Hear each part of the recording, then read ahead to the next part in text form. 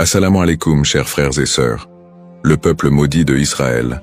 Une phrase qui semble résonner avec un mystère profond, une notion qui pourrait dérouter ou susciter la curiosité. Pourquoi parler de malédiction, alors que l'histoire d'Israël est généralement associée à celle d'un peuple élu par Dieu?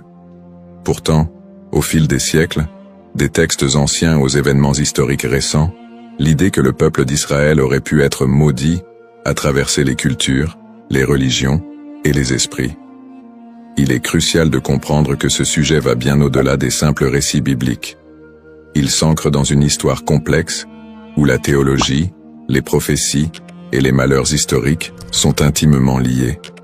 Cette notion de malédiction trouve son écho dans les croyances populaires, mais aussi dans des interprétations religieuses et culturelles, parfois mal comprises. Pourquoi ce sujet mérite-t-il notre attention aujourd'hui?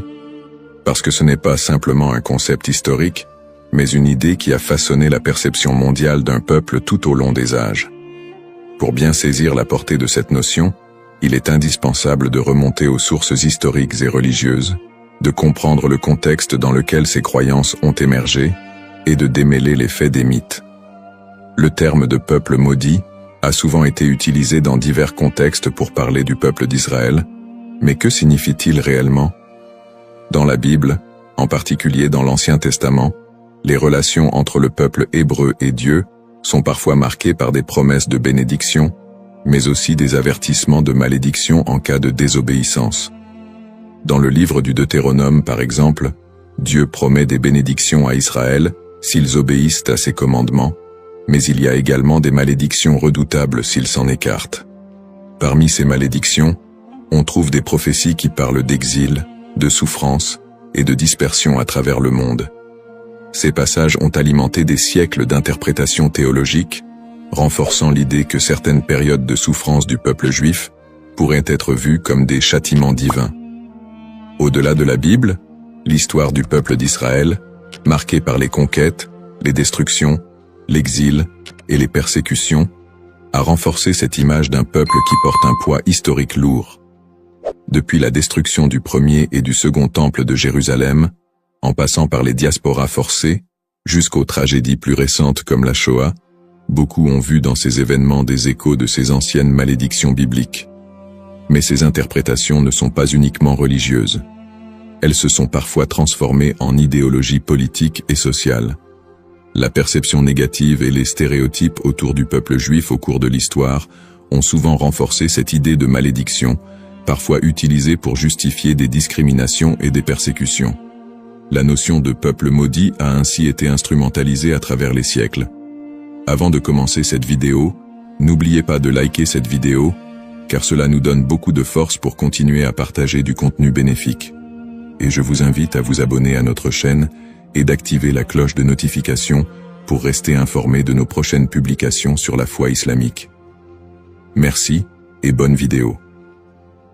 L'objectif de cette vidéo est d'analyser et de comprendre cette idée complexe et souvent mal interprétée de peuple maudit. Quelles en sont les racines historiques, religieuses et sociales? Comment a-t-elle évolué au fil du temps, et pourquoi est-elle encore parfois utilisée pour expliquer des événements tragiques dans l'histoire du peuple juif? Alors, restez avec moi jusqu'à la fin pour découvrir cela. Si vous avez des questions ou des commentaires en cours de route, n'hésitez pas à les laisser en bas. J'apprécie beaucoup vos retours. Allons-y. Au cours de cette vidéo, nous allons explorer les textes religieux qui évoquent cette malédiction, en particulier la Bible et d'autres écrits anciens. Revisiter les grandes étapes de l'histoire d'Israël, de l'époque biblique jusqu'à nos jours, pour comprendre comment ces événements ont pu renforcer cette idée dans les esprits. Discuter des interprétations théologiques de ces malédictions et comment elles ont été perçues par différentes religions et cultures à travers le monde. Démystifier cette notion en explorant les aspects symboliques et les récupérations idéologiques qui ont façonné cette image négative.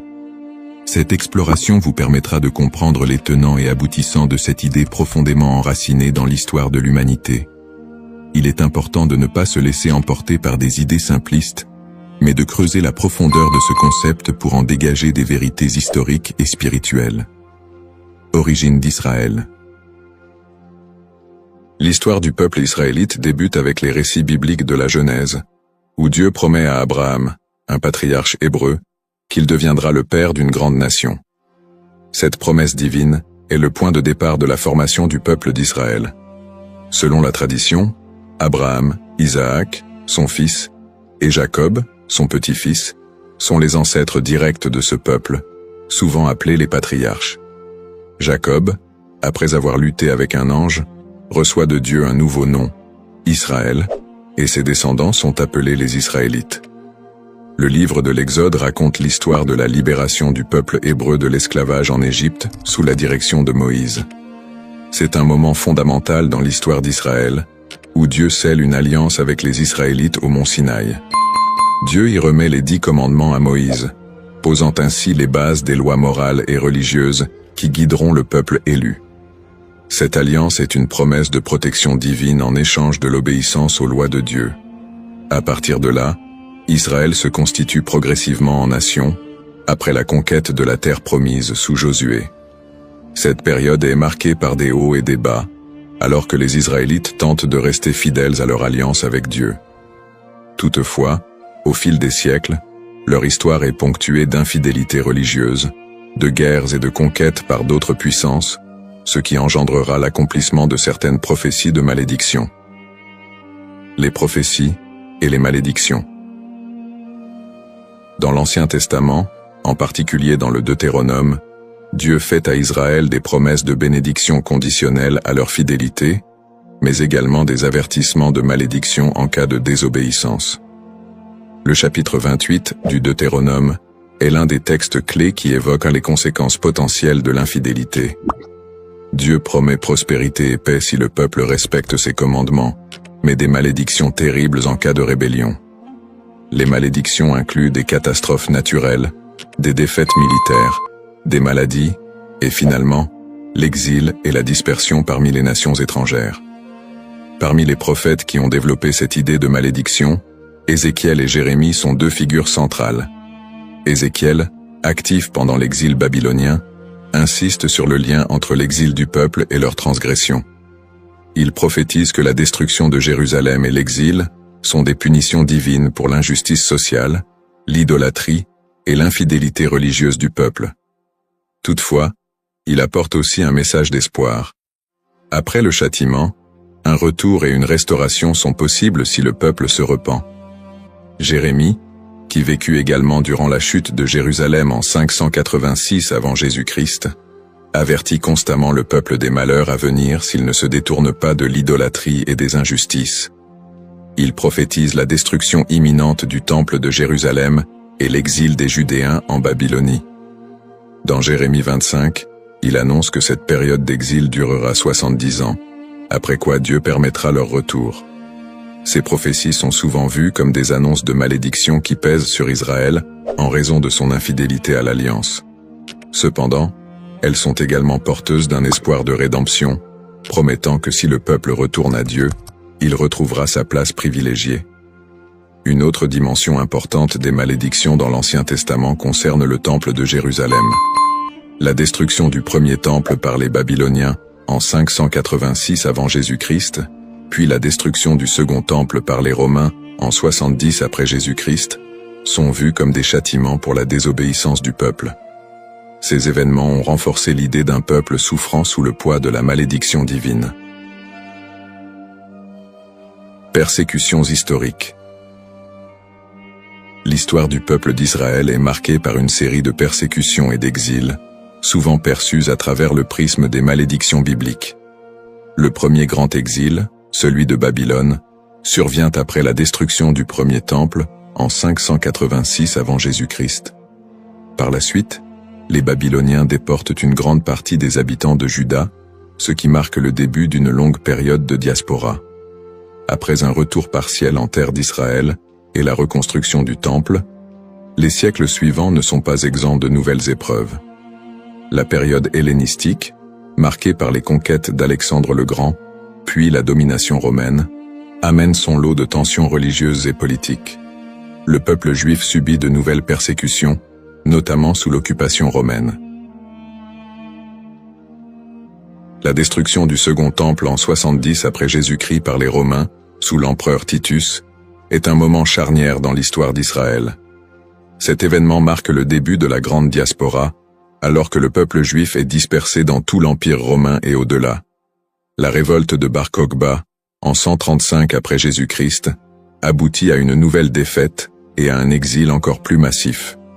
À partir de ce moment, les Juifs deviennent un peuple sans terre, vivant en exil, souvent en minorité, et subissant de nombreuses discriminations et persécutions. Durant le Moyen-Âge, en Europe et dans le monde islamique, les Juifs font souvent l'objet de suspicions, de discriminations légales, et parfois de pogroms violents. Les croisades, notamment, voient des massacres de communautés juives en Europe. Les expulsions des Juifs d'Espagne, en 1492, et du Portugal en 1497, sont d'autres exemples de persécutions qui renforcent cette idée de malédiction. Dans ces périodes sombres, beaucoup d'historiens et de penseurs juifs eux-mêmes ont cherché à comprendre ces souffrances à travers les textes sacrés.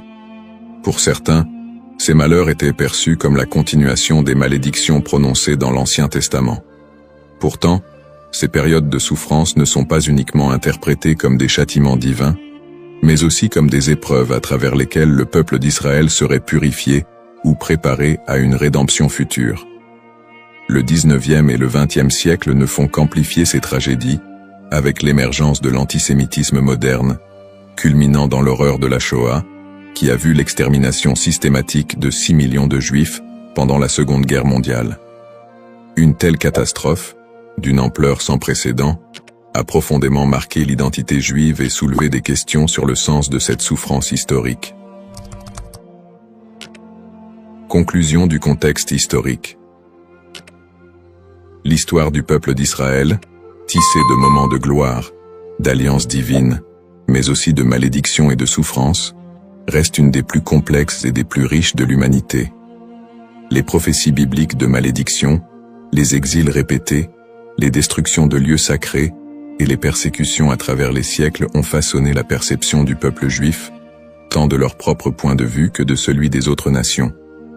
Le concept de peuple maudit, les bases théologiques, l'idée de malédiction dans les textes religieux, en particulier dans la tradition judéo-chrétienne, est un concept riche et complexe. Les malédictions sont souvent prononcées par Dieu en réponse à l'infidélité ou à l'injustice du peuple. Dans la Bible, notamment dans le livre du Deutéronome, Dieu promet des bénédictions à Israël pour leur obéissance, mais aussi des malédictions en cas de désobéissance. Ces malédictions incluent des souffrances, des exils et d'autres calamités, illustrant le caractère conditionnel de l'alliance entre Dieu et son peuple. La distinction entre malédiction divine et humaine est essentielle. Les malédictions divines, souvent exprimées par des prophètes, sont vues comme des conséquences directes de l'action humaine contre les commandements divins. En revanche, les malédictions humaines peuvent découler de superstitions, de croyances populaires ou d'anathèmes lancés par des individus ou des groupes en réponse à des actes perçus comme immoraux. Cette différence met en lumière le rôle de la responsabilité humaine dans la réception de ces malédictions. Les prophètes, tels qu'Ézéchiel et Jérémie, jouent un rôle crucial dans la communication de ces malédictions. Leur message souligne que ces châtiments ne sont pas simplement des expressions de colère divine, mais des appels à la repentance et à la restauration. Ce cadre théologique souligne que les malédictions ne sont pas définitives et que le retour à la foi peut conduire à des bénédictions renouvelées. Malédiction et mythe. La notion de malédiction attachée au peuple d'Israël a donné lieu à de nombreuses interprétations populaires et mythes au cours des siècles. Dans les traditions chrétiennes et islamiques, des récits sur le peuple juif ont souvent été associés à des idées de punition divine.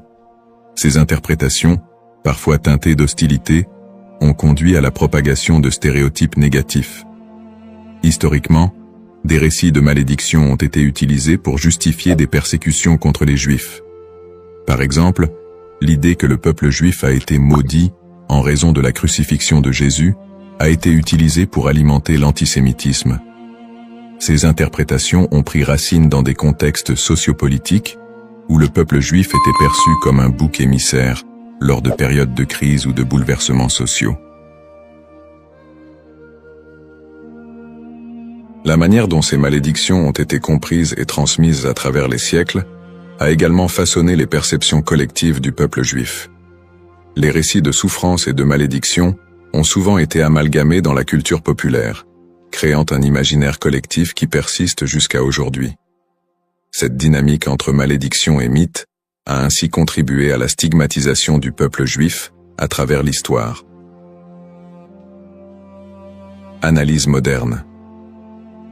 Dans le contexte moderne, le concept de peuple maudit a pris des formes variées et a été réinterprété sous différents angles. L'antisémitisme historique, qui a trouvé ses racines dans ces idées de malédiction, demeure une réalité dans de nombreuses sociétés. Les stéréotypes associés à la malédiction continuent d'alimenter des préjugés, parfois de manière insidieuse, dans le discours contemporain. Cependant, avec l'essor des mouvements de droits civiques et des études critiques sur l'antisémitisme, il y a eu une tentative de déconstruire cette notion de malédiction.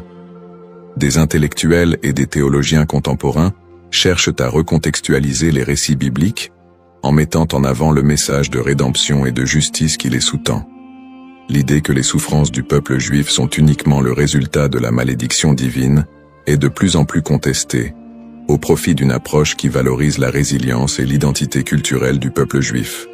De plus, dans le cadre des dialogues interreligieux, il est crucial de dépasser les interprétations qui associent la souffrance à une malédiction éternelle. Les traditions religieuses sont de plus en plus appelées à collaborer pour combattre les préjugés et promouvoir la compréhension mutuelle. Dans ce contexte, le concept de malédiction est réévalué, non pas comme une fatalité, mais comme une occasion de réflexion sur les injustices sociales et historiques. En somme, le concept de peuple maudit est profondément ancré dans l'histoire religieuse et culturelle. Il invite à une réflexion sur la manière dont les textes sacrés et les croyances ont été interprétés à travers les âges, souvent avec des conséquences tragiques. L'exploration de ce thème permet non seulement de mieux comprendre les défis historiques du peuple juif, mais aussi de s'engager dans un dialogue constructif sur les identités et les histoires partagées dans le monde contemporain. La diaspora et les épreuves du peuple juif vit en diaspora.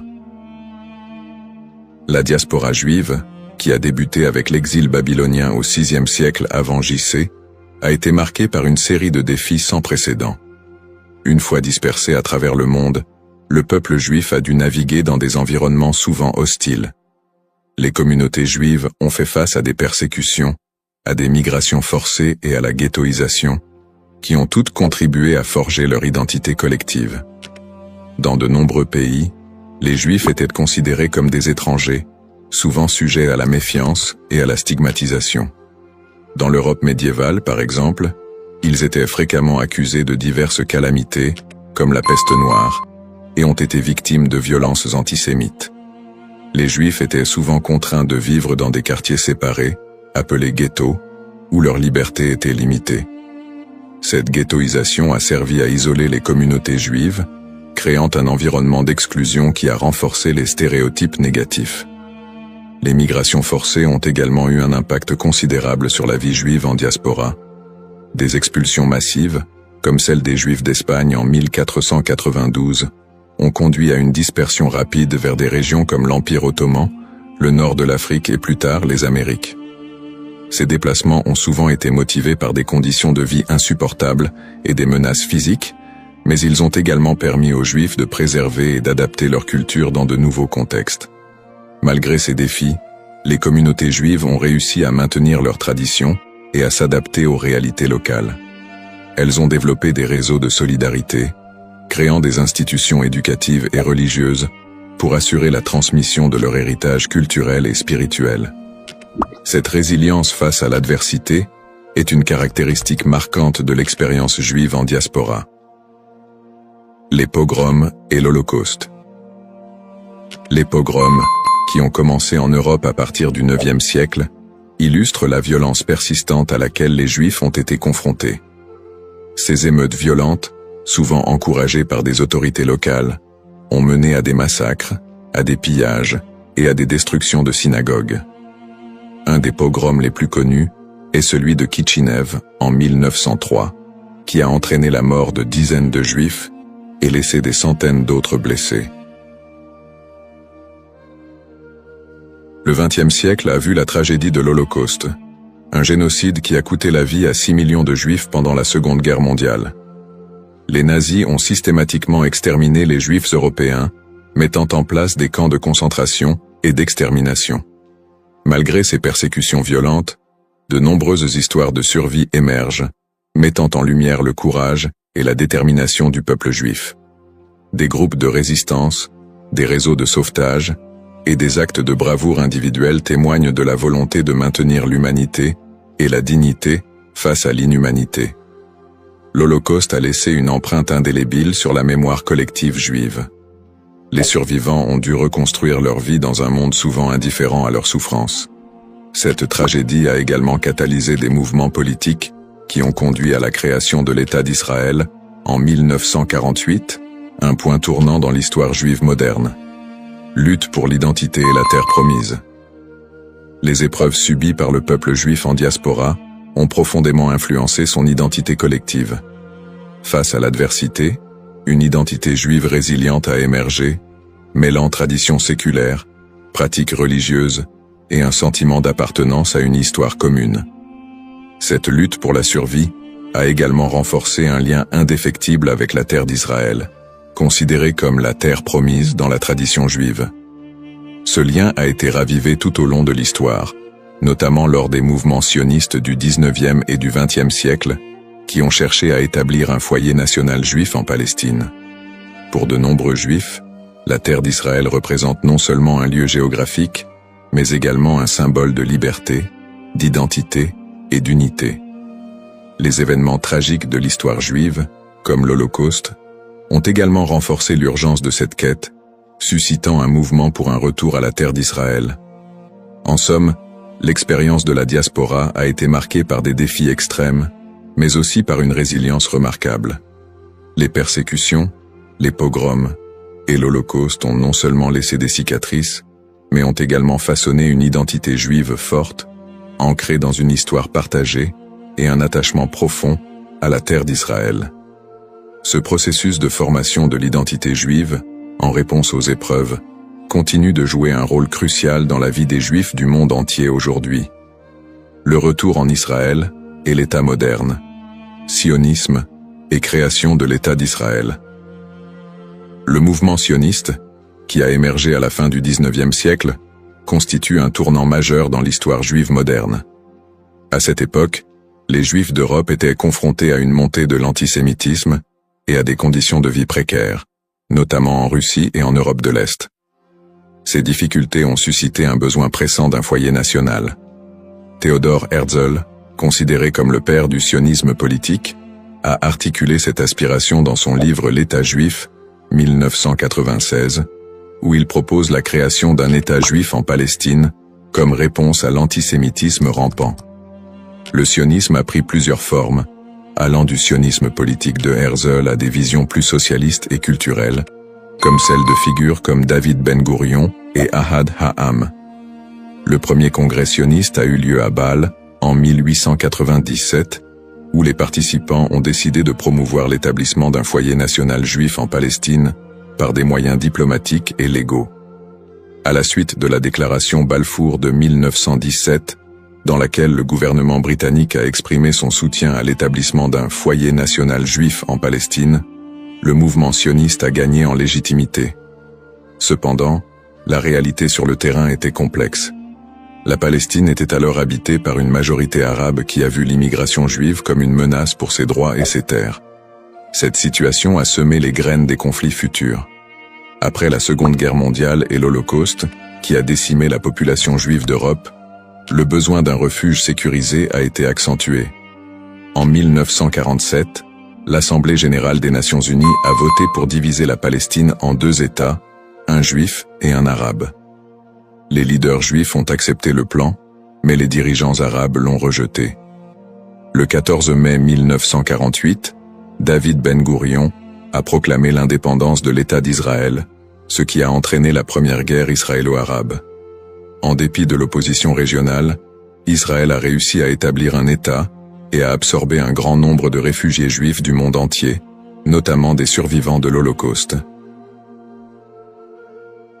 Conflit moderne. Depuis sa création, l'État d'Israël a été plongé dans une série de conflits régionaux qui ont souvent été alimentés par des tensions ethniques et religieuses. Les guerres avec les pays arabes voisins, notamment les guerres de 1948, 1967 et 1973, ont défini les frontières et les relations diplomatiques de l'État moderne. Les tensions avec les populations palestiniennes ont également été une source constante de conflits, culminant avec les intifadas des années 1980 et 2000, où des soulèvements populaires ont éclaté en réponse à l'occupation israélienne des territoires palestiniens. Le conflit israélo-palestinien est un point focal des tensions au Moyen-Orient, où des questions de droits territoriaux, d'autodétermination et de sécurité se croisent. Les territoires de la Cisjordanie et de Gaza sont devenus des symboles de la lutte pour la reconnaissance et la dignité des Palestiniens. Les colonies israéliennes en Cisjordanie et les conditions de vie à Gaza ont engendré des critiques internationales et des tensions croissantes. Sur le plan religieux, les sites sacrés tels que Jérusalem revêtent une signification particulière pour les Juifs, les chrétiens et les musulmans, exacerbant les conflits.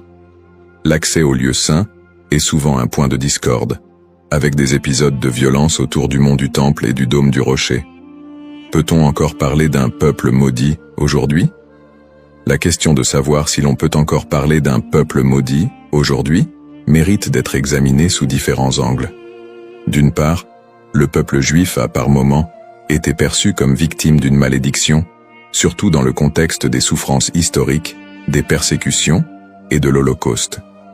Cette perception s'est parfois traduite par des stéréotypes négatifs et un antisémitisme durable qui persistent encore dans certaines sociétés contemporaines.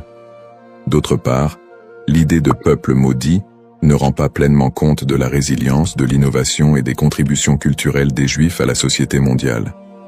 Après des siècles de persécution, les Juifs ont réussi à établir un État souverain, à revitaliser leur culture et à jouer un rôle significatif dans divers domaines tels que la science, l'art et la politique.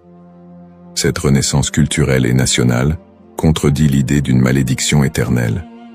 Aujourd'hui, beaucoup de Juifs se définissent non pas par leurs souffrances passées, mais par leur identité culturelle et leur engagement envers des valeurs de justice, de paix et de coexistence. L'État d'Israël, bien qu'encore confronté à des défis internes et externes, est un symbole de survie et de détermination pour de nombreux Juifs dans le monde. Ainsi, plutôt que de voir le peuple juif à travers le prisme d'une malédiction, il est plus approprié de reconnaître la complexité de son histoire, marquée par des luttes et des triomphes, et d'appréhender la diaspora juive comme une histoire d'espoir, de résilience et de quête d'identité. Dans cette exploration du thème du peuple maudit d'Israël, nous avons retracé l'histoire complexe des Juifs, de leurs origines dans l'Antiquité à leur établissement moderne en tant qu'État souverain. Nous avons examiné le contexte historique et religieux, en soulignant les épreuves de la diaspora, les persécutions et les tragédies comme les pogroms et l'Holocauste. En analysant le concept de malédiction, nous avons également vu comment il a été utilisé pour justifier des stéréotypes et des violences à l'encontre des Juifs au fil des siècles. Nous avons ensuite discuté du mouvement sioniste qui a mené à la création de l'État d'Israël en 1948, ainsi que des conflits régionaux qui en ont découlé, notamment avec les populations palestiniennes. Ces tensions, alimentées par des enjeux historiques, ethniques et religieux, continuent de façonner la réalité actuelle du pays. En réfléchissant à l'évolution du terme « maudit », il est crucial de reconnaître qu'il a souvent été employé de manière péjorative pour désigner le peuple juif et justifier des injustices. Cependant, au fil du temps, cette notion a été déconstruite. De nos jours, parler de peuple maudit ne rend plus compte de la diversité et de la résilience des communautés juives. Au contraire, il est essentiel de voir le peuple juif comme porteur d'une riche culture, d'une identité dynamique et d'une volonté indéfectible de vivre et de prospérer, malgré les défis historiques. Pour conclure, j'invite chacun d'entre vous à approfondir ce sujet fascinant et complexe. Prenez le temps d'explorer les multiples facettes de l'histoire juive, d'écouter des voix variées et de réévaluer vos propres perceptions sur le peuple juif et son héritage. En favorisant la compréhension et l'empathie, nous pouvons tous contribuer à un dialogue constructif qui transcende les stéréotypes et promeut la paix et la coexistence. Le parcours historique du peuple juif est une leçon pour tous sur la résilience, l'identité et la quête de justice. Assalamu alaikum wa rahmatullahi wa barakatuh, chers frères et sœurs. Bienvenue sur notre chaîne, Parole d'Allah. Aujourd'hui, nous plongeons dans l'un des moments les plus spirituels de l'année, le mois de Ramadan. Ce mois béni, où les portes du paradis s'ouvrent et celles de l'enfer se ferment, est un moment de purification de l'âme et de rapprochement avec notre Créateur. Le Ramadan est une période durant laquelle notre lien avec Allah se renforce par la prière, le jeûne et surtout l'invocation, doua. Chaque prière et chaque doua prononcée en ce mois possède une force et une bénédiction particulière. Dans cette vidéo, nous allons explorer un doua spécifique, puissant et significatif que vous pouvez réciter pendant ce mois sacré. Nous verrons comment cette invocation peut transformer nos vies et nous rapprocher davantage de la miséricorde d'Allah. Avant de commencer cette vidéo, n'oubliez pas de liker cette vidéo, car cela nous donne beaucoup de force pour continuer à partager du contenu bénéfique. Et je vous invite à vous abonner à notre chaîne et d'activer la cloche de notification pour rester informé de nos prochaines publications sur la foi islamique. Partagez-la avec vos proches et laissez un commentaire pour me dire ce que vous en pensez. Merci et bonne vidéo. L'importance du doua dans le mois de Ramadan. Le mois de Ramadan est une période inégalée dans l'année où Allah accorde une miséricorde et une bénédiction infinie à ceux qui s'y consacrent pleinement. Parmi les plus grandes bénédictions de ce mois figure l'importance du doua. En effet, le prophète Muhammad, paix et bénédiction sur lui, a dit « Il y a 3 personnes dont l'invocation n'est jamais rejetée. Celui qui jeûne jusqu'à ce qu'il rompe son jeûne, le juste dirigeant, et celui qui fait doua pour son frère en son absence. » Tirmidhi. Ce hadith montre clairement que pendant le Ramadan, les invocations sont particulièrement efficaces et puissantes. Le mois de Ramadan est un moment unique où les portes du ciel sont largement ouvertes et où Allah écoute plus attentivement les prières de ses serviteurs. C'est un mois de pardon et de miséricorde, une occasion en or pour demander à Allah ce que l'on désire, que ce soit la purification de l'âme, la guérison ou la bénédiction dans nos vies. Le prophète Muhammad, paix et bénédiction sur lui, nous a également enseigné que, quand le Ramadan commence, les portes du paradis s'ouvrent, les portes de l'enfer se ferment et les démons sont enchaînés. Sahih al-Bukhari. Cela témoigne de l'atmosphère spirituelle particulièrement propice pour faire des douas pendant ce mois. Le mois de Ramadan est aussi l'occasion de vivre des événements spirituels d'une importance capitale, notamment la nuit du destin, Laylat al-Qadr. Cette nuit, qui se trouve dans les 10 derniers jours de Ramadan, est mieux que 1000 mois. Le Coran dit « La nuit du destin est meilleure que 1000 mois ». Sourate Al-Qadr, 97, 3. Pendant cette nuit, les anges descendent sur la terre et les prières sont exaucées. C'est donc le moment idéal pour faire des douas, car Allah, dans sa grandeur et sa miséricorde infinie, accorde une attention toute particulière à ses serviteurs en cette période. C'est un mois où chaque prière devient une opportunité d'obtenir des bénédictions et des réponses divines. Le doua est un acte d'humilité et de soumission totale à Allah, et pendant le mois de Ramadan, cet acte est particulièrement favorisé. Nous devons saisir cette occasion pour purifier nos cœurs, solliciter le pardon d'Allah et demander des bénédictions pour nous-mêmes, nos proches, et même pour l'ensemble de la communauté musulmane. Le doua du Ramadan, signification et puissance. Le doua est un acte de soumission et de demande auprès d'Allah, Et pendant le mois de Ramadan, cet acte prend une dimension particulière. Le mois de Ramadan est une période de purification spirituelle où chaque prière et chaque invocation est une occasion d'obtenir la miséricorde divine. Dans ce contexte, certains douas ont une puissance et une signification profonde, et parmi ceux-ci, il existe un doua spécifique recommandé pour ce mois béni. Le doua pour la rédemption et le pardon. Le doua pour la rédemption et le pardon. Un des douas les plus recommandés pendant le mois de Ramadan est le doua pour demander le pardon et la miséricorde d'Allah. Il s'agit de l'invocation suivante, souvent récitée durant ce mois sacré.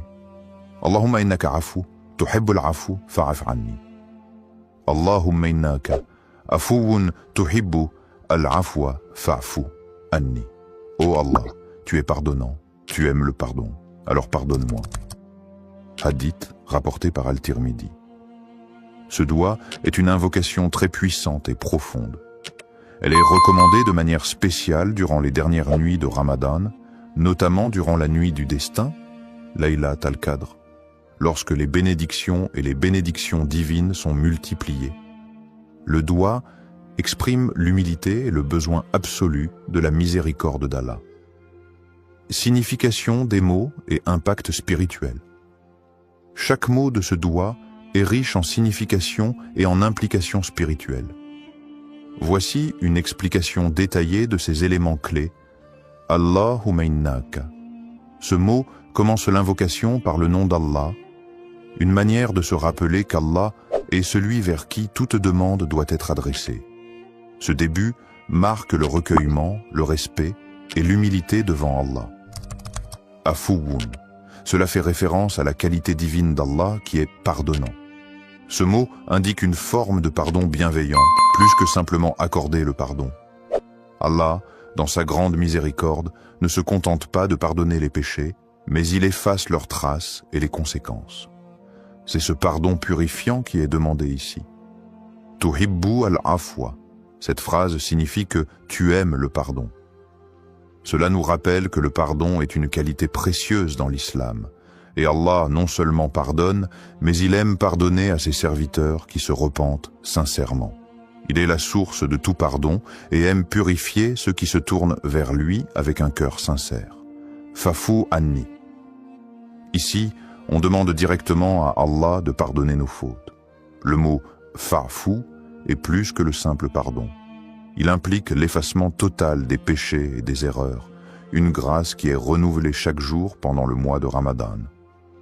Cette invocation, d'une simplicité apparente, est profondément spirituelle. Elle illustre parfaitement l'âme du Ramadan, qui est un mois de purification, de repentance et de réconciliation avec Allah. Le doua fait appel à la miséricorde d'Allah, à sa volonté de pardonner et à sa bienveillance infinie. Il invite les croyants à se tourner vers Allah avec une foi totale, en reconnaissant leur faiblesse et en demandant une purification divine. Connexion à la miséricorde divine. Le mois de Ramadan est le mois où la miséricorde divine atteint son paroxysme. En demandant pardon, le croyant ne fait pas qu'accepter la rédemption de ses péchés, mais aussi il s'engage dans un processus de purification de l'âme. Allah nous enseigne dans le Coran que sa miséricorde couvre toutes choses, et cette miséricorde est particulièrement active pendant le mois de Ramadan. Le prophète Muhammad, paix et bénédiction sur lui, a dit « Celui qui jeûne pendant le mois de Ramadan avec foi et espérant la récompense d'Allah, ses péchés passés lui seront pardonnés. » Sahih al-Bukhari. Le doua pour le pardon est une clé pour accéder à cette miséricorde. Ce mois de Ramadan est, pour chaque musulman, une occasion de se libérer des chaînes de ses péchés, de se purifier et de se rapprocher de la clémence infinie d'Allah. La répétition de ce doua crée une connexion constante avec la miséricorde divine et rappelle aux croyants qu'Allah est toujours prêt à pardonner ceux qui reviennent vers lui avec sincérité. Bénédictions liées à l'écoute de ce doua. Les bénédictions de ce doua sont innombrables. Lorsque nous récitons cette invocation, nous sollicitons le pardon d'Allah et en retour, Allah nous accorde plusieurs bénédictions spirituelles, le pardon des péchés. Comme mentionné précédemment, réciter ce doigt avec foi et sincérité efface nos péchés, même les plus grands. La purification du cœur, la miséricorde divine, demandée dans cette invocation, purifie le cœur du croyant, enlevant l'orgueil, la colère et la rancune. La proximité d'Allah. En demandant pardon à Allah, nous établissons un lien plus intime avec lui. Le doigt nous rappelle que nous sommes toujours dépendants de sa miséricorde et que notre relation avec lui est celle d'un serviteur humble. Les bénédictions dans la vie. Le pardon d'Allah pendant le Ramadan se traduit également par des bénédictions dans notre vie quotidienne. Ces bénédictions peuvent se manifester sous forme de paix intérieure, de prospérité spirituelle et matérielle, et d'un sentiment général de bien-être. En conclusion, le doigt du Ramadan est une clé spirituelle puissante qui ouvre les portes de la miséricorde d'Allah et nous permet de vivre ce mois sacré dans une pureté renouvelée. En le récitant sincèrement, nous espérons être touchés par la miséricorde divine et bénéficier de toutes les bénédictions qu'Allah réserve à ceux qui cherchent son pardon. Histoire inspirante. Un doigt écouté pendant Ramadan. Il y a quelques années, un frère musulman nommé Ahmed vivait un moment difficile dans sa vie. Il avait perdu son emploi, sa situation financière était instable et il ressentait une profonde inquiétude quant à son avenir. Chaque jour, il se battait contre la peur et le doute, se demandant s'il serait capable de subvenir à ses besoins et à ceux de sa famille. En ce mois de Ramadan, il décida de se tourner pleinement vers Allah, espérant que ce mois sacré, porteur de bénédictions, serait l'occasion pour lui de trouver une réponse divine. Ahmed avait toujours été un croyant fidèle, mais dans ces moments de détresse, sa foi était mise à l'épreuve. Il se souvint des paroles du prophète Muhammad, paix et bénédiction sur lui. Il n'y a rien de plus noble que de faire appel à Allah avec une invocation sincère, et Allah répondra, mais selon ce qui est meilleur pour vous. Sahih Muslim. Conscient de la miséricorde infinie d'Allah, il se dit qu'il devait faire confiance à Allah, peu importe l'issue de sa situation.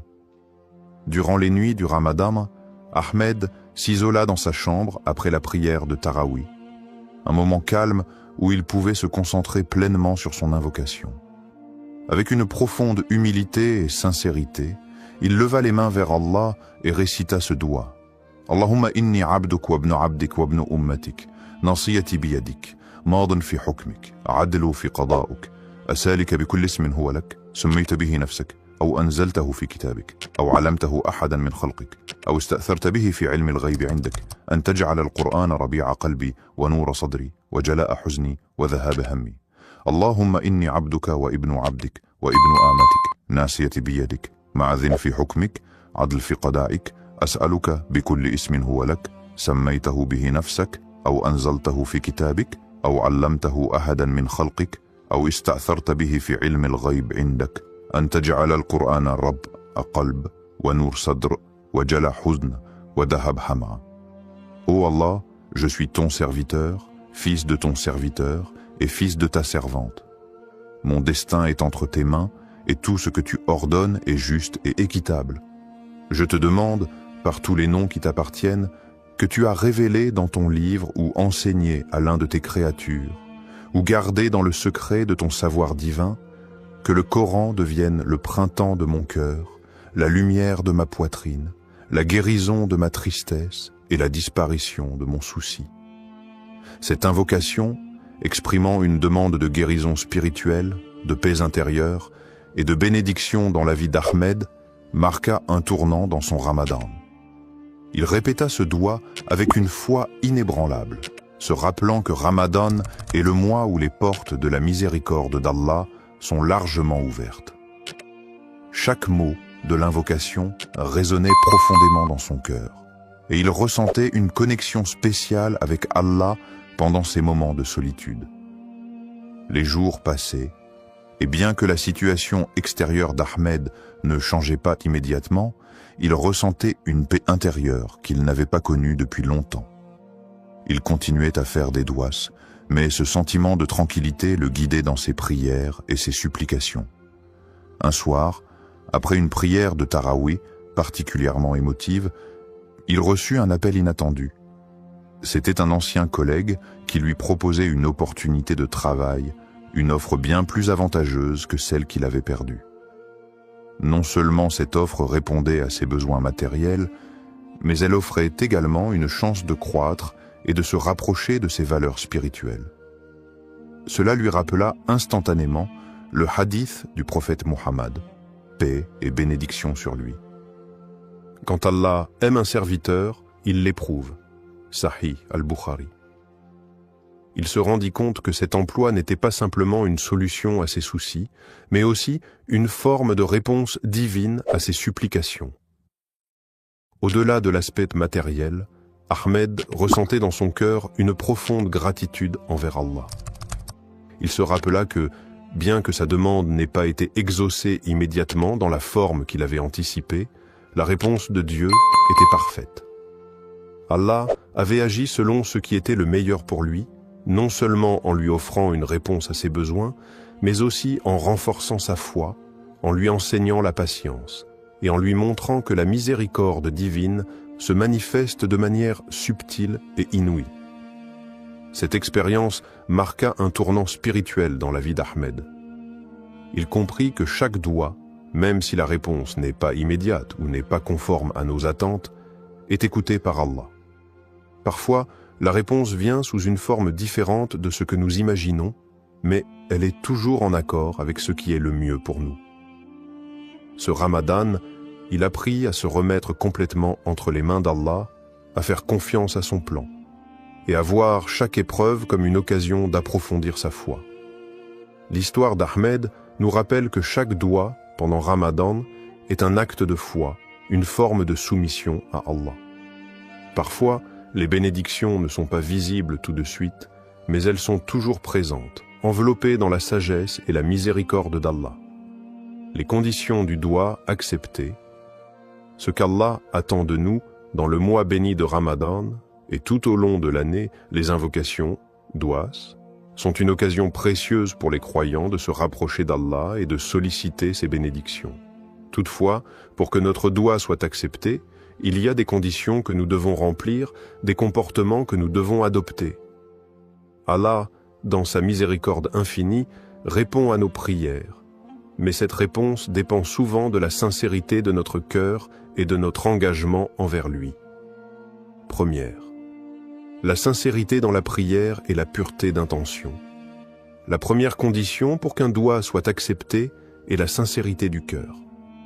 Lorsque nous élevons nos mains en supplication, nous devons nous assurer que notre demande vient d'un cœur pur, exempt de toute hypocrisie.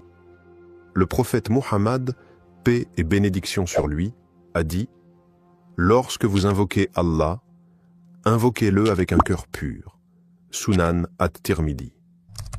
Il est crucial que notre intention soit claire et que nous ne cherchions pas à obtenir des bénéfices mondains par nos prières, mais bien à chercher le plaisir d'Allah. Cette sincérité dans la prière renforce notre relation avec Allah, car c'est un acte d'adoration qui doit être fait uniquement pour lui. 2. Le rôle du tawakkul, la confiance en Allah, et la persévérance dans les invocations. Une autre condition essentielle pour que nos doua soient acceptés est le tawakkul, c'est-à-dire la confiance totale en Allah après avoir fait tous les efforts nécessaires. Il est important de se rappeler que, même si nous faisons des supplications, cela ne signifie pas que la réponse viendra instantanément ou selon nos attentes. Le tawakkul nous enseigne que nous devons faire confiance à la sagesse divine d'Allah, sachant qu'il sait ce qui est le mieux pour nous, même lorsque nous ne comprenons pas immédiatement le sens de sa réponse. Le prophète, paix et bénédiction sur lui, a aussi dit « Ne vous lassez pas d'invoquer Allah, car parfois la réponse arrive plus tard qu'on ne le désire, et Allah connaît le meilleur moment pour exaucer votre prière. » Sahih al-Bukhari. La persévérance dans les invocations est donc essentielle. Ne pas perdre espoir dans les moments de difficulté est une marque de foi profonde. Troisième, l'humilité, l'adoration et la patience dans la réponse de Dieu. L'humilité est également un élément crucial pour l'acceptation de notre dua. En élevant nos mains vers Allah, nous devons nous rappeler que nous sommes de simples serviteurs devant le Créateur, pleins de faiblesses et de manques. C'est avec humilité que nous demandons à Allah de répondre à nos besoins. L'adoration sincère d'Allah et le fait de se soumettre pleinement à sa volonté sont des moyens pour que nos invocations soient exaucées. De plus, il faut être patient face à la réponse d'Allah, qu'elle soit immédiate ou non. Parfois, la réponse divine peut ne pas arriver dans la forme que nous attendions, ou elle peut être retardée pour des raisons que nous ne comprenons pas. Le prophète Muhammad, paix et bénédiction sur lui, nous enseigne que la patience dans l'attente de la réponse d'Allah fait partie intégrante du processus. Allah nous dit dans le Coran, « Et ton Seigneur dit, invoquez-moi, je vous répondrai. » Sourate Ghafir 40-60. Mais cette réponse peut arriver de manière différente, sous forme de bénédiction, de protection ou de tests qui renforcent notre foi. En conclusion, pour qu'un doua soit accepté, nous devons répondre à ces conditions essentielles, la sincérité de l'intention, la confiance totale en Allah, tawakkul, la persévérance dans les invocations, l'humilité dans notre supplication et la patience face à la réponse de Dieu. En agissant selon ces principes, nous cultivons une relation spirituelle profonde avec notre Créateur, et nos doigts sont davantage susceptibles d'être exaucés. Mais au-delà de l'exaucement immédiat, nous devons toujours garder à l'esprit que chaque réponse d'Allah est parfaite, et qu'elle vient dans le meilleur des moments et selon sa sagesse infinie. Le doua comme moyen de purification spirituelle. Le mois de Ramadan n'est pas seulement une période de jeûne et d'abstinence, mais également un moment sacré de purification spirituelle. C'est une occasion unique pour les croyants de se rapprocher d'Allah, de purifier leur âme et de renforcer leur foi. Parmi les moyens les plus puissants pour accomplir cette purification, il y a le doua ou l'invocation. Le doua pendant Ramadan ne sert pas seulement à demander de l'aide ou des bénédictions, mais il joue un rôle essentiel dans le processus de purification du cœur et de l'âme. Premier, le doua comme outil de purification du cœur. Lorsqu'un croyant fait un doua, il se tourne vers Allah avec sincérité et humilité, cherchant sa miséricorde et son pardon. Cet acte d'invocation permet de purifier le cœur en le débarrassant de tout orgueil, de tout mal et de toute négativité. Le prophète Muhammad, paix et bénédiction sur lui, a dit « Il n'y a rien de plus purifiant pour le cœur que de se rappeler d'Allah. » Sahih Muslim. Ainsi, chaque doua est une occasion de purifier son cœur en se souvenant constamment de la grandeur et de la miséricorde d'Allah. Le doua permet également de renforcer la relation intime avec Allah. En invoquant Allah, on reconnaît sa dépendance totale envers lui, ce qui éveille un sentiment profond de soumission et de gratitude. Ce processus aide à purifier le cœur des distractions mondaines et à focaliser notre attention sur ce qui est véritablement important dans la vie, l'adoration d'Allah. 2. L'aspect de repentance et d'auto-amélioration pendant le Ramadan. Le mois de Ramadan est le mois de la purification spirituelle par excellence. C'est un moment où les portes du pardon sont largement ouvertes et où chaque croyant a l'opportunité de se purifier par la repentance, tauba, et de demander pardon à Allah pour ses péchés passés. Le doua joue un rôle clé dans ce processus de repentance. En demandant pardon avec sincérité, le croyant se purifie de ses fautes et rétablit une connexion plus forte avec Allah. Le prophète Muhammad, paix et bénédiction sur lui, a dit « Quiconque demande pardon pendant le Ramadan, Allah lui pardonne. » Sunan al-Tirmidhi. Cette promesse divine est un rappel puissant de la miséricorde d'Allah. Lors de nos invocations, il est important de nous repentir sincèrement de nos péchés et de demander à Allah de purifier notre cœur et notre âme. Le doigt devient ainsi un acte de purification, non seulement de nos actions passées, mais aussi un moyen d'améliorer notre caractère et d'aller vers une version meilleure de nous-mêmes. Troisième, le doigt comme moyen de purification spirituelle profonde. Le doigt n'est pas seulement une demande d'aide, mais il est aussi une méthode pour nous purifier en tant qu'individus. C'est une manière d'implorer Allah de nous guider sur le droit chemin, d'effacer les imperfections de notre âme et de nous accorder la paix intérieure. Chaque invocation nous aide à nous détacher des préoccupations matérielles et à renforcer notre connexion avec Allah. Le Coran nous rappelle l'importance de la purification du cœur et de l'âme, notamment dans le verset suivant. Le jour où ni les biens ni les enfants ne profiteront, sauf celui qui viendra à Allah avec un cœur pur. Sourate Ash-Shu'ara, 26, 88 à 89. Ce verset souligne la nécessité d'avoir un cœur purifié pour mériter la proximité d'Allah et sa récompense. C'est dans le doua que le croyant trouve un moyen puissant de purifier son âme et de se préparer pour l'au-delà. Quatrième, la purification par l'humilité et la sincérité. Un autre aspect du doua pendant Ramadan est l'humilité qu'il induit. En levant les mains vers Allah et en lui demandant ce dont nous avons besoin, nous reconnaissons notre faiblesse et notre dépendance totale envers lui. Cette humilité est un moyen puissant de purifier notre cœur, car elle nous libère de l'orgueil et du sentiment d'autosuffisance qui peut parfois entraver notre spiritualité. Le prophète, paix et bénédiction sur lui, a dit « Celui qui est humble pour Allah, Allah l'élèvera. » Sahih Muslim.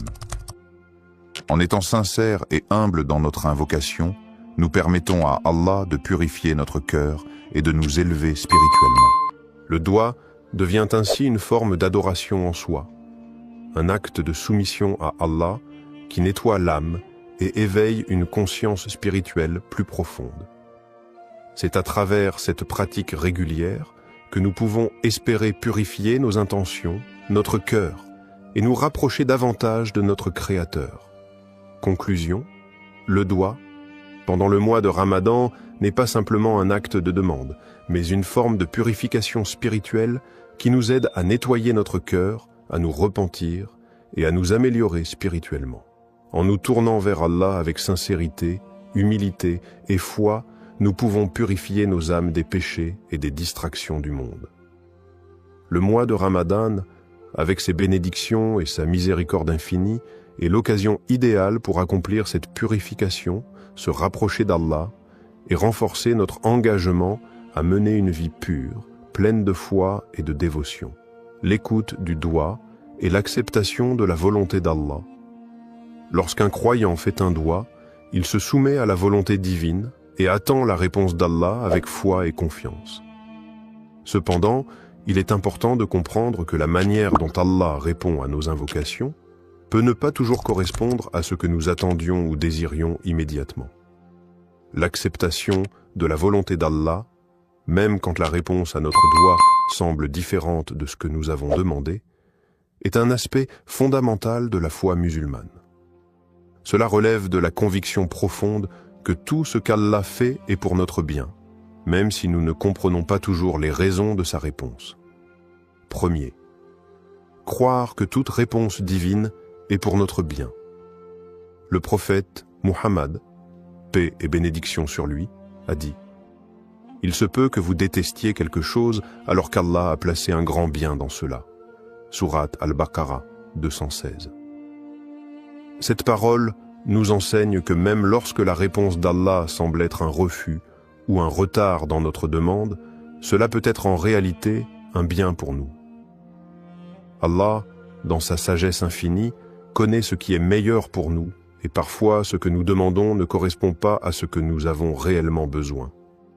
Il est aussi essentiel de comprendre que la réponse d'Allah peut se manifester de différentes manières, soit par l'exaucement direct de notre demande, soit par un retard dans la réponse pour tester notre patience et notre foi, ou encore en nous épargnant un mal que nous ne voyons pas.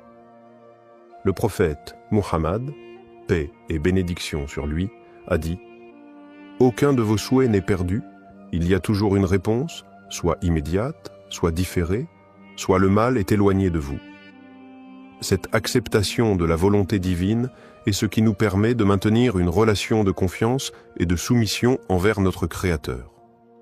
Deuxième, l'adab du doigt, faire une invocation avec la bonne manière. Il est essentiel d'adopter la bonne manière, adab, lorsqu'on fait un doigt. Cela inclut plusieurs aspects. Faire preuve de sincérité, se tourner vers Allah avec humilité et respecter les moments propices pour invoquer, tels que les heures de la nuit, le vendredi ou pendant le mois de Ramadan. Le prophète, paix et bénédiction sur lui, a recommandé de commencer chaque doigt par des louanges pour Allah et des prières sur le prophète, puis de présenter notre demande avec dévouement et foi. La patience est également une partie essentielle de l'adab du doigt. Ne pas être pressé de recevoir une réponse immédiate et accepter que la réponse d'Allah arrive au moment qu'il a jugé bon est une forme de respect envers la sagesse divine. Il est aussi important de ne pas abandonner la prière, même si la réponse semble tarder. Le prophète, paix et bénédiction sur lui, a dit « L'invocation d'un croyant est toujours exaucée, tant qu'il ne se lasse pas et ne dit pas « J'ai prié, mais je n'ai pas eu de réponse ». Sahih Muslim. Troisième, la patience et la gratitude envers Allah. L'un des principes les plus profonds lorsqu'il s'agit d'écouter et d'accepter le doigt, c'est de développer la patience, sabre. Lorsque la réponse d'Allah tarde ou diffère de ce que nous attendions, il est crucial de faire preuve de patience et de ne pas perdre espoir. La patience, en attendant la réponse d'Allah, est une forme d'adoration en soi, et c'est par cette patience que nous prouvons notre foi et notre soumission totale à sa volonté. La gratitude, shukr, envers Allah, que la réponse soit positive ou différente de ce que nous espérions, est également essentielle. Remercier Allah pour toutes les bénédictions, même celles que nous ne comprenons pas immédiatement, nous aide à renforcer notre foi et à accepter la réponse divine avec un cœur apaisé. Le Coran nous rappelle « Et lorsque ton Seigneur t'a proclamé, appelez-moi, je vous répondrai. » Sourate Ghafir 40-60. Même si la réponse semble différer, cette promesse est un gage de l'écoute constante d'Allah et la patience dans l'attente devient une source de purification spirituelle. Conclusion. Le doigt est un moyen puissant de se rapprocher d'Allah, mais il exige également une profonde acceptation de la volonté divine. Croire que chaque réponse d'Allah, qu'elle soit immédiate ou non, et pour notre bien, est fondamentale dans notre pratique. L'adab du doigt et l'importance de la patience et de la gratitude envers Allah nous aident à renforcer notre relation avec lui et à accepter sa sagesse infinie dans nos vies. Dans tout ce que nous demandons, il est crucial de nous rappeler qu'Allah nous accorde ce que nous désirons ou non, sa sagesse et sa miséricorde sont infiniment plus grandes que nos souhaits et nos attentes. Comment intégrer ce doigt dans ta vie quotidienne pendant Ramadan? Le mois de Ramadan est un moment privilégié pour se rapprocher d'Allah, purifier son âme et renforcer sa foi. L'intégration du doigt dans notre routine quotidienne pendant ce mois sacré peut transformer notre expérience spirituelle. Voici quelques conseils pratiques pour faire de ce doigt une partie intégrante de ta vie de croyant tout au long de Ramadan. Premier, répétez le doigt pendant les prières obligatoires, salat. Les prières quotidiennes, salat, sont l'occasion idéale pour inclure ce doigt dans ton rituel spirituel. Après chaque prière obligatoire, prends un moment pour réciter le doigt en le répétant avec sincérité. Cela te permettra de renforcer ta connexion avec Allah à travers une prière structurée, tout en ayant l'opportunité de méditer sur chaque mot du doigt. Le mois de Ramadan, avec ses moments de tranquillité et de concentration spirituelle, est une période où tes prières peuvent être plus profondes et plus significatives.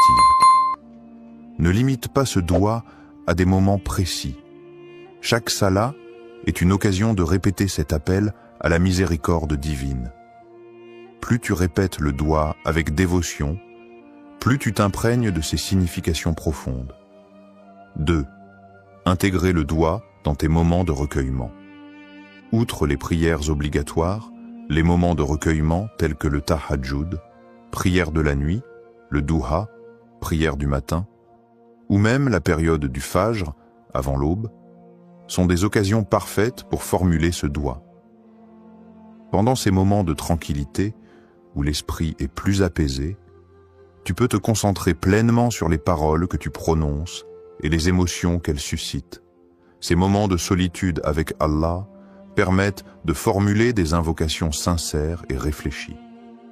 Pendant Ramadan, profite de ces instants pour faire du doigt une pratique régulière et utilise chaque prière pour renforcer ton lien avec Allah. Le doigt pendant le tahajjud, en particulier, est une supplication qui est souvent exaucée, car ce moment est un des plus propices pour obtenir la miséricorde divine. 3. Méditer sur les significations profondes du doigt. Il est important de ne pas simplement réciter le doigt mécaniquement, mais de méditer sur les mots et leur signification. Lorsque tu récites ce doigt, prends le temps de réfléchir sur chaque phrase. Quel impact spirituel a chaque mot? Comment cela résonne-t-il avec ta situation personnelle, tes luttes, tes espoirs et tes désirs spirituels? Par exemple, en méditant sur les mots de demande de pardon et de miséricorde, tu peux comprendre combien ces qualités d'Allah sont immenses et comment elles affectent ta vie quotidienne. Chaque phrase de ce doigt peut être une opportunité d'introspection. L'important est de ne pas se contenter de la répétition, mais de vivre chaque mot avec une intention claire, ouverte à la guidance d'Allah. 4. Utilisez des moments de transition dans la journée pour répéter le doigt. Au-delà des prières formelles, utilise les moments de transition de ta journée pour intégrer ce doigt. Cela peut être pendant le temps que tu passes à la maison entre les prières, ou même lorsque tu fais des tâches quotidiennes. Par exemple, pendant que tu prépares le repas pour le suhour ou l'iftar, profite de ces instants pour répéter ce doigt dans ton cœur. Ces petites invocations pendant les activités quotidiennes peuvent renforcer ta présence spirituelle et te rappeler la bénédiction du mois de Ramadan. 5. Implique la famille et les proches dans l'invocation. Ramadan est aussi un mois de partage et de renouveau spirituel en famille et en communauté. Encourage ta famille, tes amis ou tes proches à faire le doigt ensemble. Lorsque vous êtes réunis pour l'iftar ou pour une prière en groupe, intégrez le doigt dans ce moment collectif. Cela peut renforcer l'effet spirituel du doigt, non seulement pour toi, mais aussi pour ceux qui t'entourent. Conclusion. Le mois de Ramadan offre une occasion en or pour renforcer notre relation avec Allah, et intégrer ce doigt dans ta routine quotidienne est une manière puissante de vivre pleinement ce mois sacré. Que ce soit pendant les prières formelles, les moments de recueillement personnel, ou même dans les petites actions de la vie quotidienne, chaque instant est une opportunité de se rapprocher d'Allah. En méditant sur les significations du doigt et en l'intégrant à toutes les facettes de ta vie, tu t'ouvres à la miséricorde d'Allah et tu renforces ta foi, faisant de ce mois un moment véritablement transformateur. Conclusion et appel à l'action. Le mois de Ramadan est une opportunité unique de se rapprocher d'Allah, de purifier notre cœur et de renforcer notre foi. Le doigt que nous avons exploré aujourd'hui est un moyen puissant d'attirer la miséricorde divine et de recevoir les bénédictions qu'Allah nous accorde généreusement pendant ce mois sacré. Je t'encourage à inclure ce doigt dans ta vie quotidienne pendant Ramadan, à le réciter avec sincérité et concentration, et à méditer sur ses significations profondes. Fais de ce doigt une partie intégrante de tes prières et de tes moments de recueillement. Que ce mois sacré soit une occasion de purification et de renouvellement spirituel.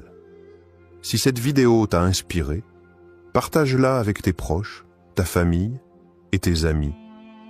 Invite-les à intégrer ce doigt dans leur vie aussi, pour que nous puissions tous bénéficier de la miséricorde infinie d'Allah. N'oublie pas que, même lorsque nous ne voyons pas immédiatement les résultats, Allah est toujours proche de nous et sa réponse est toujours pour notre bien. Pendant ce mois béni, confie-toi à Allah, persévère dans tes invocations et sois assuré que sa miséricorde englobe tout. Que cette période de Ramadan soit remplie de lumière, de paix et de bénédiction pour toi et tes proches.